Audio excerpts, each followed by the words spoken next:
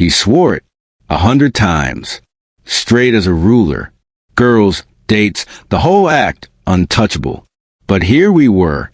Locker room, empty except for the two of us. The hum of fluorescent lights overhead. The smell of sweat thick in the air. And suddenly, the rules he swore by didn't matter. He leaned back against the lockers, arms crossed, trying to play it cool.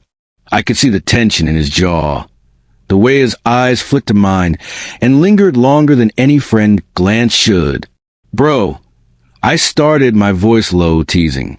You sure you're straight? He snorted, rolling his eyes like it was a joke. But I caught the hitch in his breath, the way his hand flexed at his side. Of course I'm straight, he said. You're imagining things. I stepped closer. Too close. His denial was almost comical, except the heat radiating off him told me the truth he wasn't saying. His chest rose faster, lips parting ever so slightly, a subtle tremor in his fingers betraying the cool act.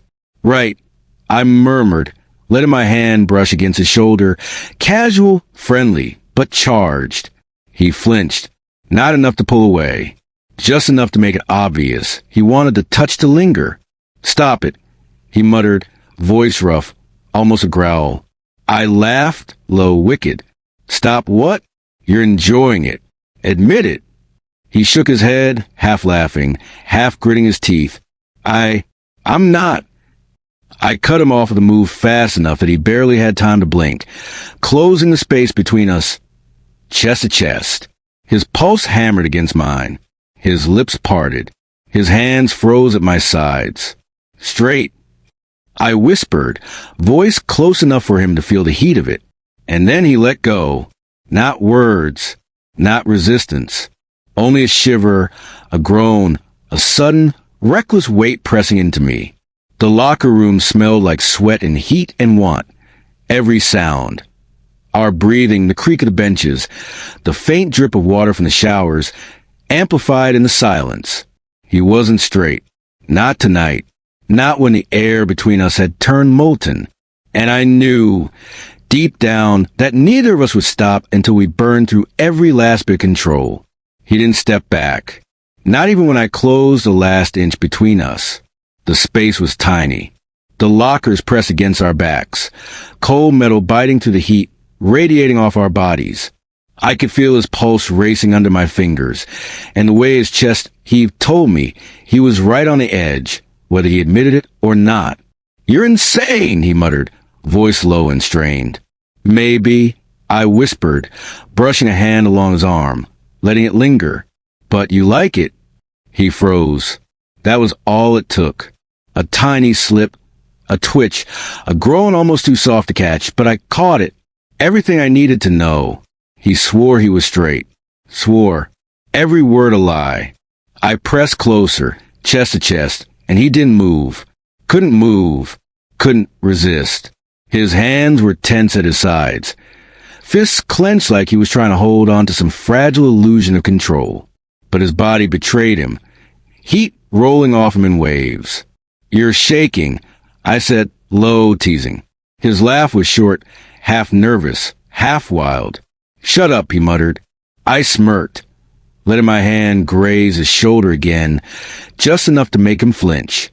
And then he sighed, deep, ragged, giving up just a little. I didn't wait. I leaned in, brushing my lips across his ear, whispering just close enough for him to feel it. Not straight. Not tonight. Admit it. He let out a groan that was all heat and frustration. His hands moved, grabbing, holding, testing the air between us. Every motion was urgent, reckless, untamed. He wasn't practicing anymore. He wasn't pretending. He was burning. And I fed it, matched it, pushed it further. The lockers echoed with our breathing. The scrape of our movements. The silent rhythm of two bodies giving in completely. No tenderness. No rules. No pretending. No feelings, he growled, voice rough. Just this? I laughed, wild and breathless.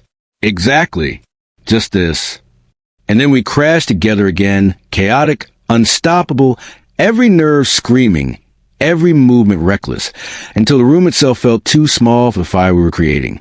By the time we finally pulled apart, gasping, slick with heat and sweat, he smirked, still dangerous and unrestrained. Locker room secrets. I whispered, grinning. Yeah, he muttered, voice rough. Secrets that aren't going anywhere. I laughed again. And deep down I knew it. Neither of us would ever stop. His smirk faltered, just a little. That tough boy facade he'd been wearing all season. The cocky grin. The straight boy swagger. Cracked under the weight of what we were doing. And for the first time, his eyes locked with mine, steady, unshielded. The noise of the locker room seemed to fade. It was just us now, heartbeats colliding, breath mingling. I reached up, thumb brushing the corner of his mouth, and he didn't pull away.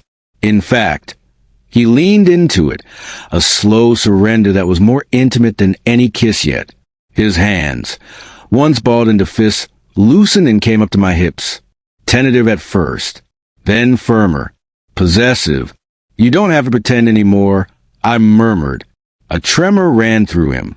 I'm not pretending. His voice was hoarse, raw, and then he kissed me.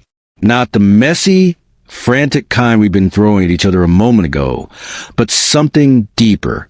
Hot, yes, but slower, lingering, deliberate. His mouth tasted like salt and adrenaline. His tongue tracing a line over mine like he was learning me, claiming me, and letting himself be claimed in return.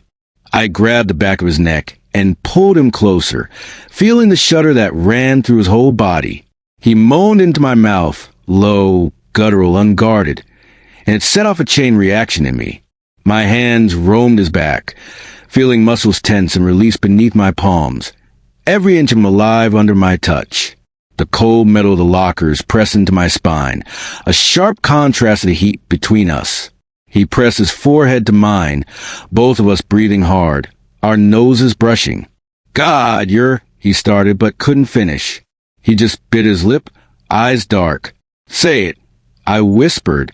He shook his head, but the next second his hand slid under my shirt, palms warm against my skin, exploring like he'd been dying to touch me for months.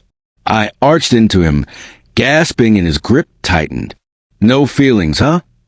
I teased, but my voice was softer now. He looked at me, pupils blown wide. You're trouble. Maybe. I brushed my lips against his again. But you're already in it. His laugh was ragged, broken, but then his mouth found mine again, hungrier this time. We melted into each other. Tongues and hands and heat, the world narrowing down to skin and breath and the shiver of metal under our movements. It was reckless. It was secret. It was raw. But somewhere in the chaos, something shifted. The way he held my face, the way his thumb stroked my jaw. Not just lust, not just heat, a dangerous kind of tenderness neither of us wanted to name.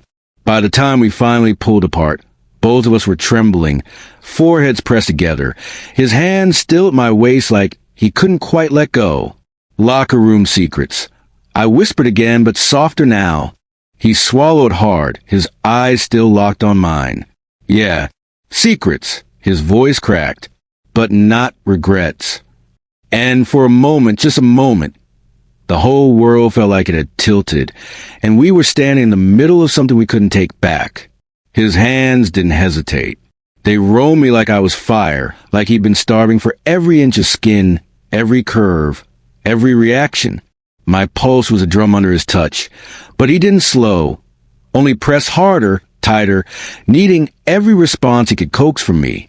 I gasped as his mouth trailed down my neck, teeth grazing, tongue teasing, a trail of fire left his wake.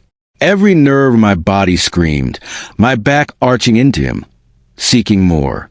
He chuckled low against my skin, that dangerous, hoarse sound that made my knees weak. You're mine, he muttered, teeth nipping at the sensitive spot just below my ear. Not yet, I hissed, though I could feel him claiming me anyway, his hands sliding lower, finding the heat that made me shiver and growl all at once. The way he moved, precise, rough, teasing, left no room for hesitation. I grabbed his shoulders, pulled him closer, chest to chest, and felt the press of him hard and unrelenting. His lips met mine again, sloppy, hungry, full of desperate need, and I lost it completely.